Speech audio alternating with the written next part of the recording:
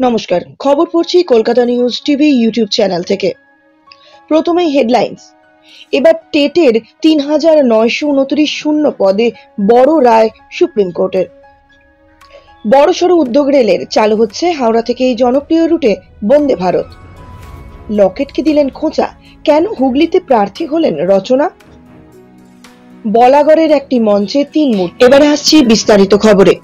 তার আগে প্রথমেই বলবো, আমাদের চ্যানেলটি সাবস্ক্রাইব করুন, সাথে ডান দিকে থাকা বেল আইকনটি অবশ্যই প্রেস করবেন। এবার প্রথম খবর। এবার টেটের ৩,৯২৯ শূন্য পদ নিয়ে বড় রায় সুপ্রিম কোর্টের। এবার শিক্ষক নিয়োগ সম্পর্কিত আরো একটি গুরুত্বপূর্ণ রায় দিল সুপ্রিম কোর্ট। সম্প্রতি রাজ্যের সবথেকে আলোচিত এসএসসির দুর্নীতি সংক্রান্ত মামলাও সুপ্রিম কোর্টে গিয়ে ঠেকেছে। তবে এবার প্রাথমিক ও শিক্ষক নিয়োগ সংক্রান্ত একটি নতুন রায় দিয়েছে উচ্চ আদালত। মূলত 2014 সালের টেটের ভিত্তিতে প্রাথমিকের শিক্ষক নিয়োগের ক্ষেত্রে ৩,৯২৯টি শূন্য পদকে তৈরি করেছিল জটিলতা।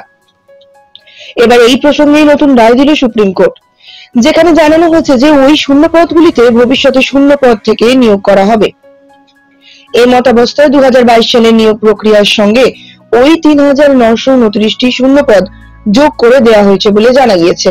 পাশাপাশি এই নতুন রায় অনুযায়ী নিয়োগ প্রক্রিয়াও সম্পন্ন হবে। এই প্রসঙ্গে জানিয়ে রাখি যে সংশ্লিষ্ট শূন্য পদগুলির প্রসঙ্গে এর আগে অন্য নির্দেশ দিয়েছিল কলকাতা হাইকোর্ট।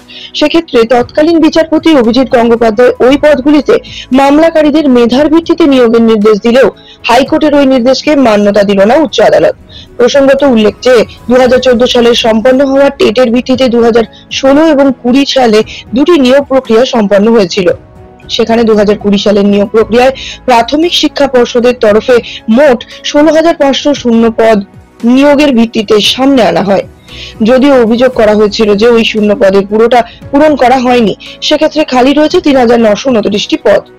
আর এই মামলার প্রেক্ষিতেই কলকাতা হাইকোর্টের তৎকালীন বিচারপতি স্পষ্ট নির্দেশ দিয়েছিলেন যে মামলাকারীদের মেধার ভিত্তিতে ওই পদগুলিতে নিয়োগ প্রক্রিয়া সম্পন্ন হবে। তবে বর্তমানে ওই নির্দেশকেই চ্যালেঞ্জ করে 2017 সালে টেট উত্তীর্ণরা হাইকোর্টের ডিভিশন বেঞ্চে যান। টেট উত্তীর্ণ প্রার্থীদের বক্তব্য ছিল এটাই, 2020 সালে নিয়োগ প্রক্রিয়া শেষ হয়ে যাওয়ায় নতুন করে নিয়োগ প্রক্রিয়া শুরু করা উচিত। সেখানে 2014 পাশাপাশি সুযোগ দেওয়া উচিত 2017 সালের টেট উত্তীর্ণদেরও। আর এই মামলার পরিপ্রেক্ষিতেই হাইকোর্টের তৎকালীন ডিভিশন বেঞ্চ জানিয়ে দেয় ওই শূন্য পদগুলির ক্ষেত্রে দাবিদার হলেন 2014 সালের টেট উত্তীর্ণরাই। সেক্ষেত্রে সুযোগ থেকে বঞ্চিত হয়েছে। পরবর্তী সংবাদ হলো, লকেটকে দিলেন খোঁচা, কেন হুগলিতে প্রার্থী হলেন রচনা? লোকসভা নির্বাচনের লড়াইয়ে ঘাটাল লোকসভা কেন্দ্রে টলিউডের দুই তারকা অভিনেতাদের টক্কর পরিলক্ষিত হচ্ছে, যেখানে একে অপরের মুখোমুখি হচ্ছেন দেব এবং হিরণ। ঠিক একই রকম ছবি পরিলক্ষিত হচ্ছে হুগলিতেও। সেখানে চলছে টলিউডের দুই অভিনেত্রীর মধ্যে হাড্ডাহাড্ডি লড়াই, যেখানে বিজেপির হয়ে প্রতিদ্বন্দ্বিতা করছেন বেশ কয়েক বছর ধরেই রাজনীতির ময়দানে থাকা লকেট চট্টোপাধ্যায়। অপরদিকে মুখ্যমন্ত্রী মমতা বন্দ্যোপাধ্যায় তৃণমূলের হয়ে প্রার্থী করেছেন রাজনীতির একেবারে সদ্য পদার্পণ করা রচনা বন্দ্যোপাধ্যায়কে। তবে রাজনীতির ময়দানে আসা থেকেই বিভিন্ন কারণে খবরের শিরোনামে উঠে এসছেন দিদি নাম্বার 1 খ্যাত রচনা দিদি। শুধু তাই নয়, সাংবাদিকদের সামনে তিনি মুখ খুললেই রাতারাতি তা হয়ে যাচ্ছে ভাইরাল। কিন্তু হুগলির প্রার্থী হিসেবে কেন রচনা বন্দ্যোপাধ্যায়কে বেছে নিলেন মুখ্যমন্ত্রী? অবশেষে এই বিষয়ে মুখ খুললেন মমতা। হুগলির বলাগড়ে উপস্থিত হয়ে মমতা জানালেন সেই কথা। মুখ্যমন্ত্রী জানান, রচনাকে আমি প্রার্থী করেছি কারণ যিনি এখানে বিজেপির হয়ে রয়েছেন তিনি সকলেরই গলার লকেট। তবে এটা বলার সাথে সাথেই তিনি আরো জানান, আমি কিন্তু খারাপ সেন্সে না বলে কিছু ভালো সেন্সেই বলেছি।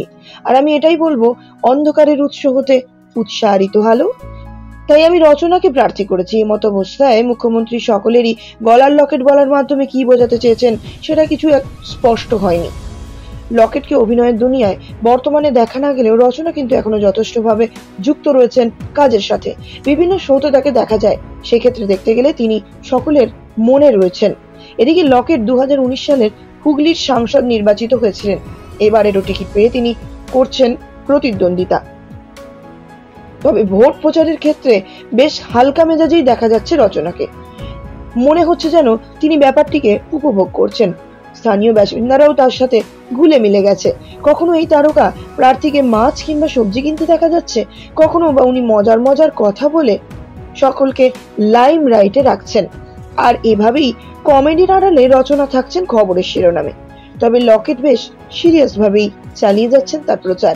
অপরদিকে আরেকটি খবর হলো বলাগড়ের এক মঞ্চে 3 মূর্তি খুশি মমতা। লোকসভা ভোট ঘোষণার পরেই সিঙ্গুরে ম্যারাথন কর্মী সভা করে দলীয় অনুশাসন এবং শৃঙ্খলা রক্ষায় কড়া দাওয়াই দিয়ে বলাগড় বিধানসভার নেতা নেত্রীর একজোট হয়ে কাজ করার নিদান দিয়েছিলেন তৃণমূলের সর্বভারতীয় সাধারণ সম্পাদক অভিষেক বন্দ্যোপাধ্যায়। বলাগড়কে পাখির চোখ করে বাড়তি দায়িত্ব দেওয়া হয় শ্রীরামপুর সাংগঠনিক জেলার সভাপতি তথা বিধায়ক অরিন্দম গুইকেও। শীর্ষ নেতার হুঁশিয়ারিতে দ্বন্দ্ব ভুলে দলের সমস্ত গোষ্ঠীর নেতা কর্মীরা ঐক্যবদ্ধ হতেই লোকসভা ভোটের মুখে স্বস্তি ফিরেছে তৃণমূলে। বুধবার বলাগড়ের গঙ্গাধরপুর মাঠে মুখ্যমন্ত্রী মমতা বন্দ্যোপাধ্যায়ের জনসভা ছিল। সেখানে বিধায়ক ও ব্লকের নেতারা একজোট হয়ে বলাগড়ের 82টি বুথ থেকে বেশি সংখ্যক কর্মীদের আনার উদ্যোগ নেন। তা সফল হতে এবং সবাইকে একসঙ্গে মঞ্চে দেখে বেশ খুশিও হয়েছেন তিনি। এদিন মুখ্যমন্ত্রী বলেন, বলাগড়ের শ্যামা, অসীম, নবীন 3 মূর্তি সবাই এক মঞ্চে, একই সঙ্গে সবাই দেখে আমার ভালো লাগছে। খোদ নেত্রীর এই স্বীকৃতি পেয়ে আলাদা মেরুতে থাকা এই 3 নেতা উচ্ছ্বসিত হয়েছেন। তবে বলাগড়ের বিধায়ক মনোরঞ্জন ব্যাপারীর সঙ্গে সূক্ষ্ম দূরত্ব বজায় রেখেছেন ব্লকের নেতা ও কর্মীরা। তৃণমূলের অন্দরের খবর, বলাগড় বিধানসভার মধ্যে বিধায়ক বনাম বাকি ব্লকের নেতাকর্মীদের বিরোধ এড়াতে অভিনব কৌশল নিয়েছেন শীর্ষ নেতৃত্ব। দলের একাংশের কথায় মনোরঞ্জন আলাদা করে সিএএ ও এনআরসি নিয়ে বলাগড়ে বিজেপি বিরোধী প্রচার করার নিদান দেওয়া হয়েছে। কারণ বলাগড়ে মতুয়া, উদ্বাস্তু, তপশিলি জাতি, উপজাতি মিলিয়ে প্রায় 50% বেশি ভোটার রয়েছে। তাই বিধায়ক ও দলিত সাহিত্যিক হিসেবে মনোরঞ্জনকে বলাগড়ে ব্যবহার করছে তৃণমূল। প্রচারের সুবিধার্থে বিধায়ককে একটি আলাদা গাড়ি ও হ্যান্ড মাইক দেওয়া হয়েছে।